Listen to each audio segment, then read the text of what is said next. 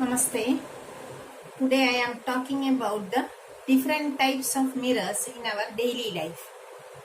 All of us are familiar with plane mirror or dressing mirror, which will give a virtual erect image, and the size of the image is the same as that of the object. And that kind of mirrors which has a plane surface is called a plane mirror.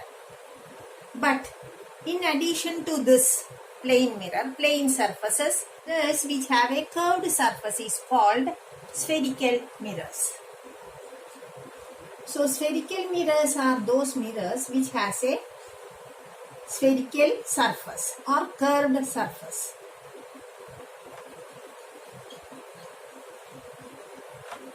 In our daily life, we can see the model of this spherical mirror as the spoon. See the spoon here. This side of the spoon, just like a cave. And this this surface acts as a concave mirror, whereas this side acts as a convex mirror. Is in the form of a cave are called concave mirrors, and those which have a bulging outside is called convex mirror. This we can represent in this way. The spherical mirrors which have a, see here, this is a spherical mirror and cave inwards. This is the silvered surface and that is shining surface. Inwards, the shining portion is inside. The other one, the shining portion is outside. And how this concave and convex mirrors are formed, that we have to understand. Suppose, what is this? This is a sphere. And this sphere has a center inside. That is what is called center of the sphere. And in spherical mirror's case, this center is called the center of curvature. Okay. And suppose I cut a small portion of this sphere like this. Suppose I cut a small portion of this like this. So this sphere, from this sphere, this is a hollow sphere. From this I have taken out this part. So this has one center, and at the same time the whole sphere has also one center. Right? The whole sphere has a center which is called as center of curvature. So center of curvature is the center of the sphere in which mirror is a part. And at the same time, this mirror also has one center, that is what is called pole of the mirror. Pole of the mirror. Clear? This, that is two centers are here. Suppose a ray of light here. In the case here, concave mirrors, this side is the, inside is shining surface, outside is not a shining surface. In the case of convex mirror, the outside surface is shining, that is reflection is taking place here. In the case of concave mirror, the reflection is taking place inside. Let us go through the terms associated with these spherical mirrors. When we are drawing a concave mirror, we are drawing like this only, that is reflecting surface turning towards left. Okay, this is the way we represent a concave mirror, that is, this is the place where reflection is taking place. And this we have seen called pole of the mirror, that is center of the mirror. Let us mark that pole, P. This is marked as P. And here we will have the center of curvature, right? When we join the sphere like this will be the center of the sphere. So this is called the center of curvature and this is the pole. And in between you will get another point here. This is what is called principal focus. How this principal focus is formed, that we can discuss now.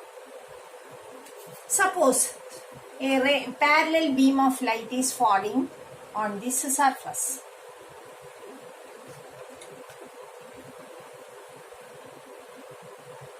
These are the parallel beams hitting the reflecting surface. What happens to these rays? These rays gets reflected.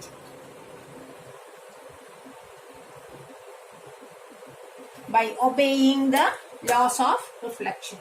Not only the plane mirror, all the mirrors, all kind of mirrors satisfy or holds good the laws of reflection.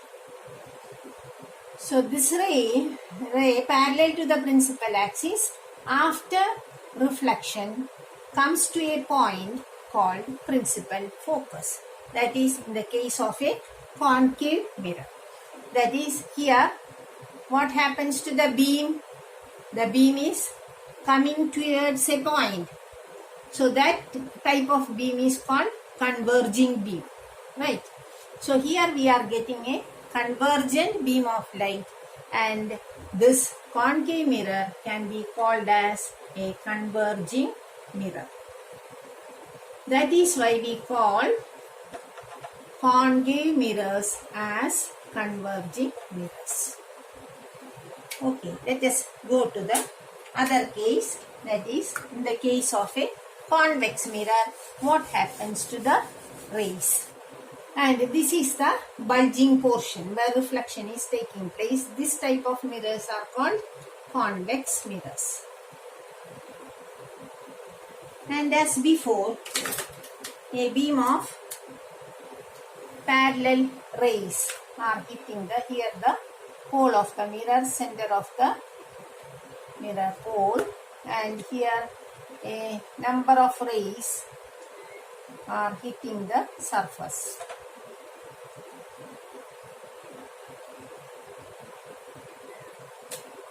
And after obeying the laws of reflection, they get reflected in this way.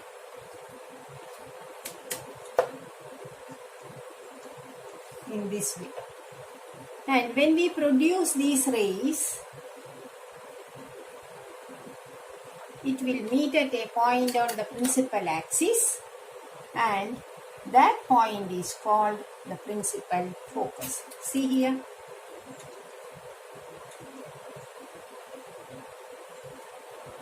This is the principal axis. That is the axis, main axis. Here, the rays are reflecting in this way by obeying the laws of reflection.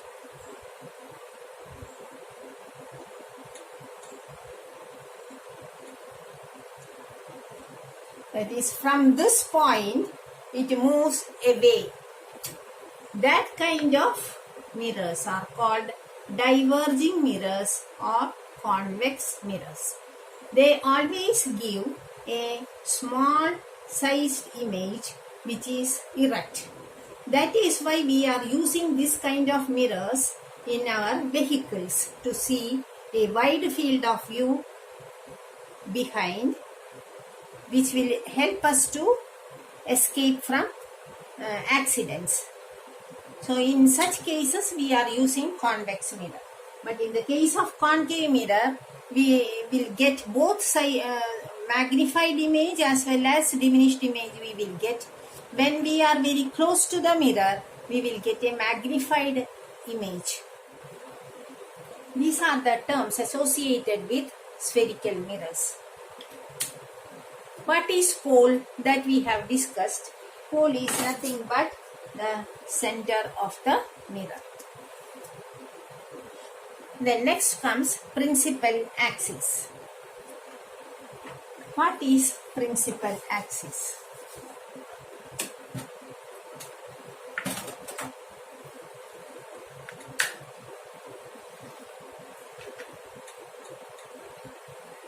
This is the reflecting surface, and this will be the center called pole of the mirror, and this is a part of the sphere, so it has a center here which is called the center of curvature, and through this center and the pole we draw a line, straight line.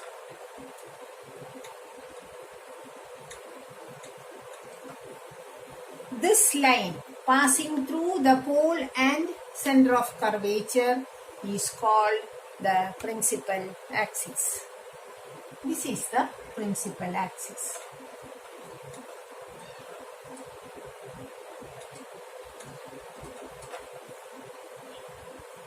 This is the center of curvature, right? Center of curvature. Then next comes principal focus. What is principal focus? The ray parallel to the principal axis.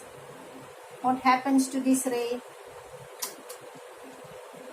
This ray after reflection gets reflected by obeying the laws.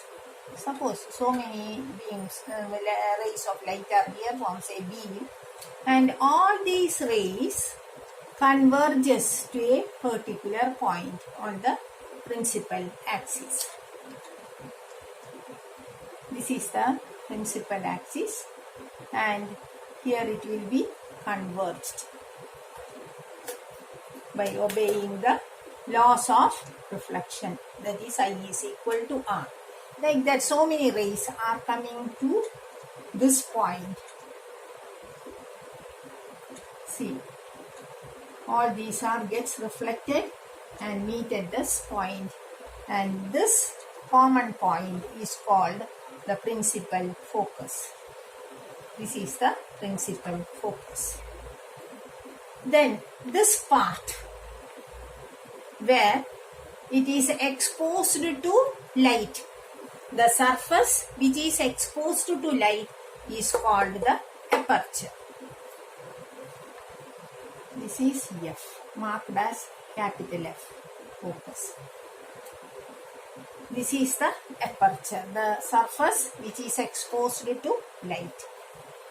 Then the distance between pole and principal focus, it is a distance, it's a length, and that distance is called the focal length. Focal length means related to focus, and the distance from the focus to the pole is called the focal length. These are the different terms associated with spherical mirrors. Here the focal length indicates PF. PF is the focal length. Here F is at the center of P. What is PC? PC means radius of curvature, right? Radius of curvature, and is represented by R. And F, PF is the focal length.